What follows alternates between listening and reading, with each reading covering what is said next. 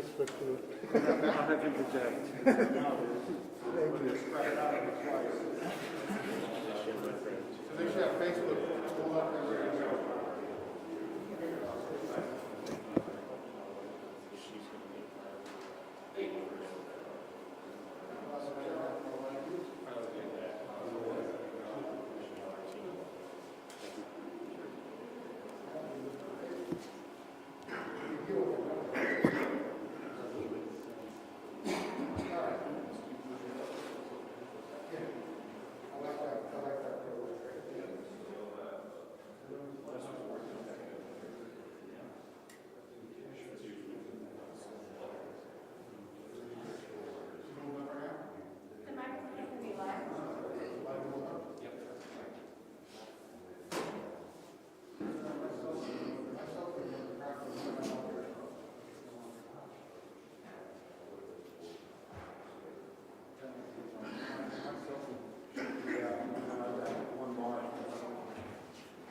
Can I put this on the side?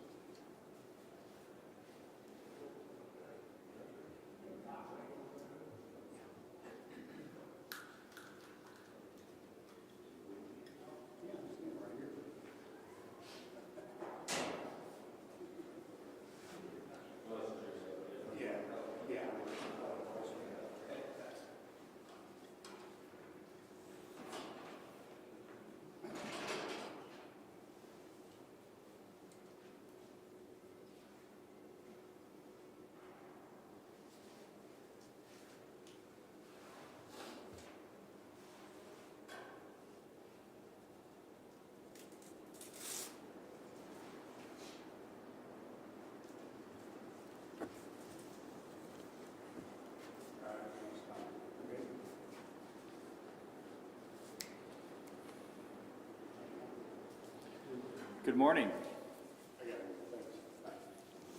We're here today at the North County Recreation Complex, where St. Louis County has opened another COVID-19 testing location to increase its testing capacity in our Department of Public Health by 50%. In St. Louis County and across the country, we've seen a record number of COVID cases as they continue to increase. And unfortunately, the number of hospitalizations associated with those cases is increasing as well. And it's alarming for many reasons. We're seeing more young people hospitalized, even those who are unable to get vaccinated because of their age. We're seeing our hospitals again stressed because of the number of sick people that they are taking care of, but also because of the loss of staff that are burned out, or staff that are themselves sick with COVID and can't come to work. And we're seeing more deaths from the virus. More than 1,200 people with COVID are hospitalized in our health systems, the 4 health systems that make up the pandemic task force.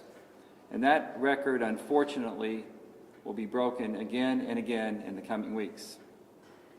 And one key to controlling this virus is to get tested. And it helps to know whether or not you're positive before you think about going to the office or going to a classroom. Whether or not you need to isolate, to monitor your symptoms, and to stay away from others to avoid spreading the virus. The Department of Public Health in St. Louis County, which began testing early during the pandemic, now provides 2,000 tests per week at its 3 locations in Berkeley, Pine Lawn, and Sunset Hills. And this morning in this parking lot, we're able to add another 1,000 tests per week, expanding testing here in North County and amongst our most vulnerable population. This represents a 50% increase in the capacity of testing in our public health department, and we hope to increase this from 200 tests per day to 300, and then later to 350 tests per day at this location. And we opened the testing site here in this part of North County because this is one of the places that's been hit the hardest. Hit the hardest with the number of cases, the severity of illness, and unfortunately, the number of deaths. And St. Louis County continues its aggressive outreach in targeted zip codes to try and address gaps in vaccinations and to get more people tested. Responding to COVID has been the biggest challenge in our country over the past 2 years. And I really want to recognize our health departments all over the country for their dedication. We've seen public health leaders across the nation threatened and harassed, and some of them have even left their posts to find another line of work because of the intense pressure that they're under. But they worked very hard, made some tough decisions to provide us the guidance, the protocols, the public health orders that we need to keep our residents safe and their families safe as well. Public health guidelines put into place to protect everyone, unfortunately, has become political fodder, not only here in our region, but in communities across the country. And that's a shame. Last week, the St. Louis County Council approved the St. Louis County Public Health Order proposed by Dr. Khan, which will help slow the spread of the virus in our community, the highly transmissible Omicron variant. The move was long past due, but it was greatly appreciated in our community. This testing site here in North County will be open Monday through Friday, 8 a.m. to 4 p.m. Because the demand is so high, in order to avoid long lines, we're asking everyone to make an appointment at our website, revivestl.com. Please do not come here to get a test without an appointment. The test will be administered in your vehicle while you wait in line in the parking lot. Unlike other testing facilities in the community that use a nasal swab for the test, here at this location, we'll be able to provide tests with a saliva test, and that's the form of testing that we'll use here. We urge anyone with symptoms of COVID-19, as well as those who've been exposed to COVID-19, to isolate and then get a test as soon as possible. I'd also like to take this opportunity to remind everyone that the booster shots are now available for those aged 12 to 15. Last week, the CDC recommended that in their new guidelines for this age group, and those booster shots are now available at our 3 St. Louis County public health locations, Pine Lawn, Berkeley, and Sunset Hills. For vaccines and boosters, you can walk into one of our health departments and you don't need an appointment. Appointments are available if you want one, and you can make those at revivestl.com. Now, the Pandemic Task Force has warned us over the weekend that hospitalizations could double in the coming weeks. And that would result in COVID competing with other medical problems, competing for the attention of our healthcare workers and for people that need help, those that have been involved in motor vehicle accidents or are suffering from a stroke or a heart attack. Now, we can avoid that by getting vaccinated, getting a booster, wearing masks, following our social distancing guidelines whenever possible, and washing our hands as frequently as possible. And for many folks, this sounds like a broken record, but it bears repeating over and over again. Slipping into complacency helps no one. Denial can be deadly. So yes, you'll be hearing from me about this. You'll be hearing from other doctors in the community, other medical professionals across the region. But if you don't want to listen to me, listen to your family doctor. Listen to those who've had a family member or a loved one who've been affected by COVID-19, who've been seriously ill or been hospitalized. And listen to those who are doing everything they can to keep our kids in a classroom this semester. Thank you, and I'd be glad to answer any questions. Dr. Craig, can you speak to the importance of opening up additional testing sites like this one? Why is this so important in your mind to have additional sites available to people to get tested? Well, the question is why is this testing site so important? Since the beginning of the pandemic, St. Louis County has worked very hard to address the needs of our more vulnerable populations. That's the role of the Public Health Department, to provide guidelines and guidance for the community, but also to try and provide healthcare services to uninsured and underinsured. This part of North County has been most affected by the pandemic. The cases have been highest. This part of the community has been hit the hardest, and unfortunately, we've seen too many deaths in this region of North County. We know COVID's affected everyone, and not everyone in our community has access to health care, and the role of the Public Health Department is to try and step in and fill that role.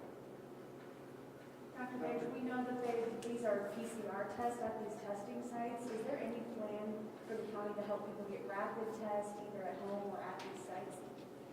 Yeah, the home rapid tests will be provided. Well, you certainly purchase those through a pharmacy. We hope that the federal government's plan to make those available through the mail in January will come to fruition. As soon as we know more about the federal distribution of those home testing kits, we'll certainly make that information available, and if the county health department has a role in that distribution, we'll do that as well. Right now, the county's focused on providing the tests that we have access to. We have access to the PCR test. We have access to some saliva tests. As we're able to purchase more, we'll get them out in the community. The access to testing is in part due to the number of tests that are available, but even more so the number of staff that we have to provide those tests. The volume, as you can imagine, of people who need tests has skyrocketed. The county health department has a role in that testing, along with everybody else in the community, pharmacies and health systems. Do you foresee any delays in people getting the results on those testing? Well, so far we're able to, everyone that's in the testing space, our public health department, our retail pharmacies, our health systems, the home testing kits, we're able to get results pretty quickly. Some immediately and some within 24 to 48 hours. We haven't seen anything like the delays we saw when testing first became available, some of those lasting days, some people not getting the test results back until they've recovered from their illness. But we haven't seen anything like that yet, but you know, we're going into unprecedented times. I don't know that we can completely imagine or comprehend what we haven't seen yet, and that's a volume of COVID, a caseload of COVID in our community that we haven't experienced. With that in mind, pediatric cases are soaring like never before, and we're dealing with Omicron and Delta at the same time. Do you foresee schools going back to virtual like they've done in other places? So the question is, with rising caseload, what should we expect from schools? And every school is finding their own path. Some are requiring masks and doing everything possible to keep kids in the classroom. Some schools are going to virtual. We're hopeful that we can keep as many people in the classroom as possible. We do believe that if we can find enough tests in our country to distribute in our community, that we can help with a quick turnaround on testing. We're hoping that widespread adoption of masks in our schools will help keep kids in the classroom. But we will see what this caseload does. It may force more schools to virtual. The Pandemic Task Force this morning put out a release urging people to go to alternative testing sites and not hospitals for testing. Could you speak to that a little bit and the importance of people utilizing sites like this one rather than going to ER? How important is this? Well, yes. So the question is about the Pandemic Task Force communication to ask folks who are not sick to not come to the emergency rooms looking for a test. And that's important for everyone to think about. If you're not sick enough to be in the hospital, if you're not having breathing problems, if you're not experiencing an illness that's life-threatening, it's important not to go to the emergency rooms. They are overwhelmed with really sick people right now, and they're having trouble processing them with a limited number of staff, and we don't expect that to get any better. It's really important that folks that are not sick find another way to get tested or just stay home. We hope that through our pharmacies, through other testing opportunities in our community. We'll certainly do what we can with the public health department. We can't provide the healthcare infrastructure for the entire community. Our focus is primarily on uninsured and underinsured, but we will do everything we can to pick up the slack in our community in this unprecedented time where we can't completely comprehend the volume of COVID that's coming to our community. Are you aware, Dr. Page, about this testing site at the Machinist Home in Richmond that was canceled on Saturday at the last minute? Do you have any information about that? There was apparently some concern about why that happened. Yeah, so there was a testing site at the Machinist Hall over the weekend that was canceled. That was a testing site sponsored by the State Department of Health and Senior Services, along with some of the labor organizations here in town. I don't know if that was a test supply issue or a staff issue. I don't know the details, but I did hear that it was canceled on Saturday. So do you need volunteers? I know when we first started vaccinating, that was something we were asking for. Is that something that's needed now as well? You know, our health department is not yet looking for volunteers. Early on in the pandemic, we asked folks with healthcare experience and training to come forward and volunteer. It appears at this point in time that most of those folks are deployed somewhere in the community currently working with the health systems or somewhere else. But I will circle back to our health department and see what their capacity and need is for volunteers. That's a good question.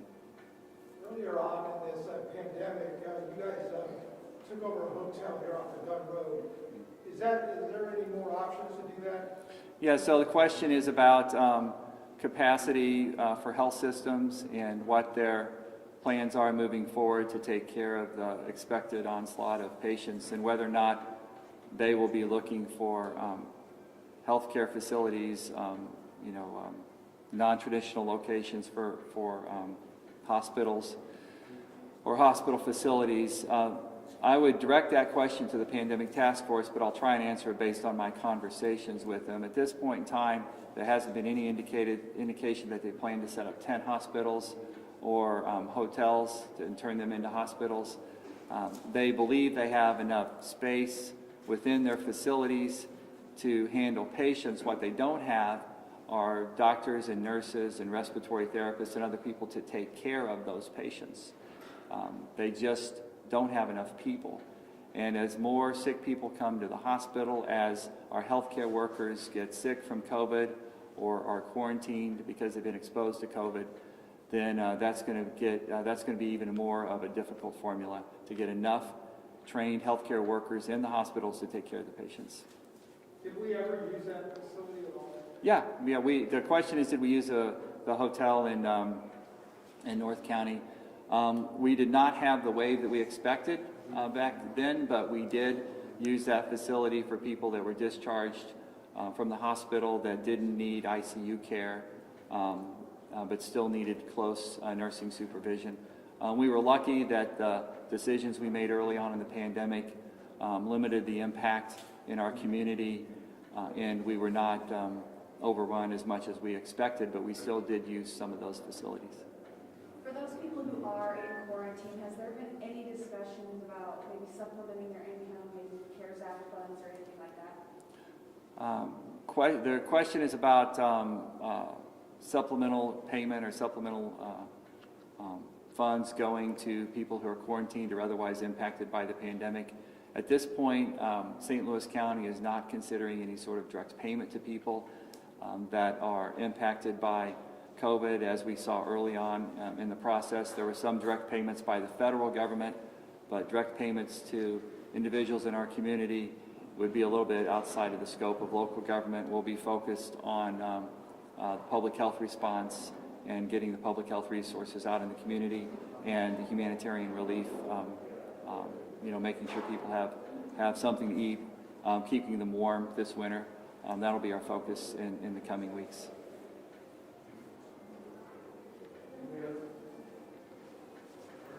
Okay, thank you.